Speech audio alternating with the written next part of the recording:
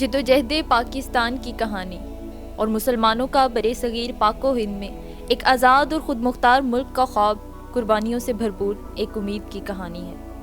بچے ہوں یا بوڑھے، مرد ہوں یا عورت، سب نے اس جدوجہد میں بھرپور کردار ادا کیا، بے مثال قربانیاں دیں اس عظیم مقصد کے حصول کے لیے۔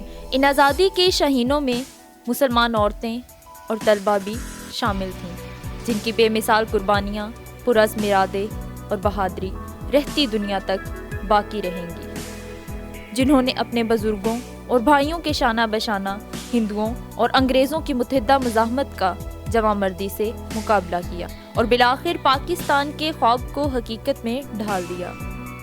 ان آزادی کے شاہینوں میں فاطمہ جناح اپنا ایک منفرد مقام رکھتی ہیں۔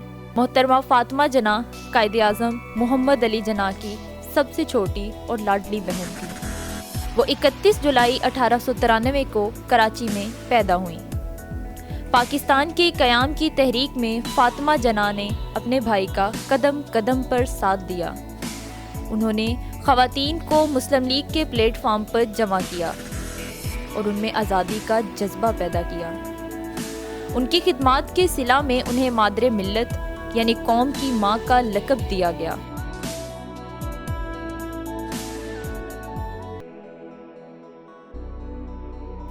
محترمہ فاطمہ جناح نے کلکتہ کے ڈاکٹر احمد ڈینٹل کالج میں دل لگا کر پڑھائی کی اور سند حاصل کرنے کے بعد اپنے بھائی کے پاس بمبئی آ گئیں۔ وہ قائد اعظم کے ساتھ 5 سال تک لندن میں رہیں۔ وہاں ترقی دیکھ کر انہوں نے جان لیا تھا کہ آزادی سب سے بڑی نعمت ہے۔ پاکستان بننے کے بعد محترمہ فاطمہ جناح عام لوگوں کی بھلائی کے کاموں میں مصروف ہو گئیں۔ وہ غریب مریضوں کا علاج مفت کرتی تھیں۔ محترمہ فاطمہ جناح کو بچپن سے ہی کتابیں پڑھنے کا بہت شوق تھا۔ وہ بہت سلیقہ مند تھیں۔ مادر ملت محترمہ فاطمہ جناح کو بچوں سے بہت پیار تھا۔ انہوں نے 25 جون 1949 کو پاکستان کے بچوں کے نام ایک پیغام میں کہا، تم ہماری سب سے بڑی دولت اور زندہ قوم کا عزیز ترین سرمایہ ہو۔ اسکول میں ہو یا گھر پر، اطاعت اور نظم و ضبط کو اپنا شعار بناؤ۔ وقت کی قدر کرو، تعلیم اور کھیل کود کے ساتھ ساتھ مطالعے کی بھی عادت ڈالو۔ مادر ملت محترمہ فاطمہ جناح کا 9 جولائی 1967 کو کراچی میں انتقال ہوا۔